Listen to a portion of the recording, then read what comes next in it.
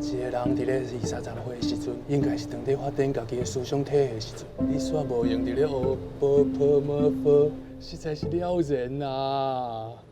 别个呀咯！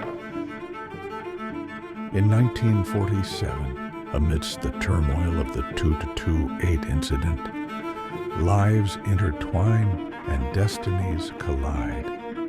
Kimura, a 19-year-old young man, and Wada Leo in her 50s find themselves in an unexpected encounter.